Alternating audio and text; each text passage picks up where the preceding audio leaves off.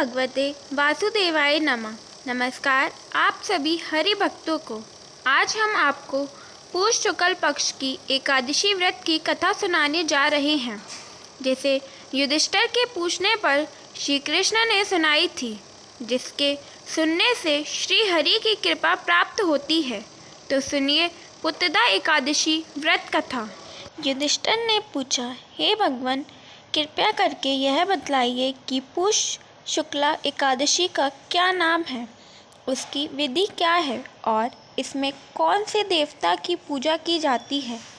भगवान श्री कृष्ण बोले, हे राजन, इस एकादशी का नाम पुत्रदा एकादशी है। इसमें भी नारायण भगवान की पूजा की जाती है। तीनों लोकों में पुत्रदा एकादशी के व्रत के समान कोई और दूसरा व्रत नहीं है। इसके पुण्य से मनुष्य तपस्वी, विद्वान और लक्ष्मीवान होता है। अब मैं तुमसे इसकी कथा कहता हूँ, ध्यान पूर्वक सुनो। कथा। भद्रावती नामक नगरी में सुकेतुमान नाम का एक राजा राज्य करता था। उसके कोई पुत्र नहीं था।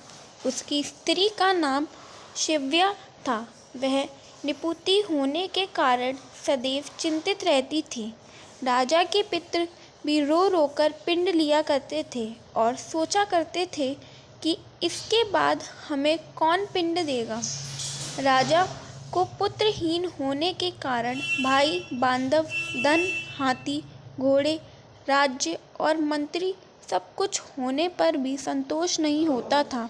वह सदैव यही विचार करता था कि मेरे मरने के बाद मुझको कौन पिंडदान देगा। बिना पुत्र के पितरों और देवताओं का ऋण मैं कैसे चुका सकूंगा। इसलिए मुझे पुत्र की उत्पत्ति के लिए प्रयत्न करना चाहिए।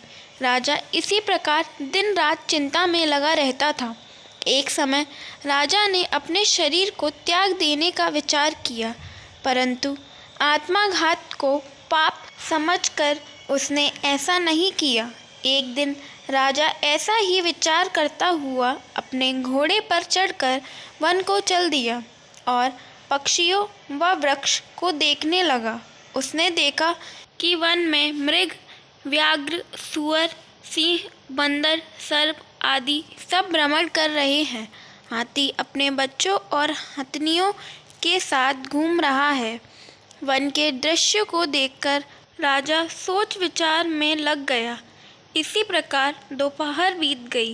वह सोचने लगा कि मैंने कई यज्ञ किए, ब्राह्मणों को स्वादिष्ट भोजन से तृप्त किया, फिर भी मुझको यह दुख क्यों प्राप्त हुआ। राजा प्यास के मारे अत्यंत दुखी हो गया और पानी की तलाश में इधर उधर फिरने लगा। थोड़ी दूर जाने पर राजा ने एक सरोवर देखा। उस सरोवर में कमल खिल रहे थे तथा सरस, हंस आदि विहार कर रहे थे। उस सरोवर के चारों तरफ मुनियों के आश्रम बने हुए थे। उस समय राजा के दाहिने अंग फड़कने लगे। राजा शुभ शगुन समझकर घोड़े से उतरा और मुनियों को दंडवत प्रणाम करके उनके सामने बैठ गया। राजा को देखकर मुनियों ने कहा, हे राजन, हम तुमसे अत्यंत प्रसन्न हैं, अपनी इच्छा कहो। राजा ने उनसे पूछा, महाराज, आप कौन हैं और किस लिए यहाँ आए हैं, सो कहिए। मुनि बोले, हे राजन, आज संतान देने वाली पुत्रदा एकादशी है। हम लोग विश्वदेव हैं और इस सरोवर पर स्नान करने आए हैं। इस पर राजा कहने लगे कि महाराज, मेरे भी कोई संतान नहीं है। यदि आप मुझ पर प्रसन्न हो तो एक पुत्र का वरदान दीजिए। मुनि बोले, हे राजन, आज पुत्रदा एकादशी है, आप इसका व्रत करें। भगवान की कृपा से अवश्य ही आपके पुत्र होगा। मुनि के वचनों के अनुसार राजा ने एकादशी का व्रत किया और द्वादशी को उसका पारण किया। इसके पश्चात मुनियों को प्रणाम करके राजा अपने महल में वापस आया। कुछ समय बाद रानी ने गर्भ धारण किया और 9 महीने के पश्चात उसके पुत्र हुआ। वह आगे चलकर अत्यंत शूरवीर, धनवान, यशस्वी तथा प्रजापालक राजा हुआ। श्री कृष्ण बोले, हे राजन, पुत्र की प्राप्ति के लिए पुत्रदा एकादशी व्रत करना चाहिए। जो मनुष्य इस महात्म को पढ़ता या सुनता है उसको अंत में स्वर्ग की प्राप्ति होती है। फलाहार, इस दिन गौ के दूध का सागर तथा फल आदि लिए जा सकते हैं। इस पुत्रदा एकादशी व्रत को रहने से निसंतानों को पुत्र की प्राप्ति होती है तथा संतानवानों की संतान की उन्नति होती है तथा अंत में भगवान की परम पद की प्राप्ति होती है। इस कथा को सुनने के लिए आप सभी का धन्यवाद। जय श्री हरि, जय श्री कृष्ण। ओम नमो भगवते वासुदेवाय नमः।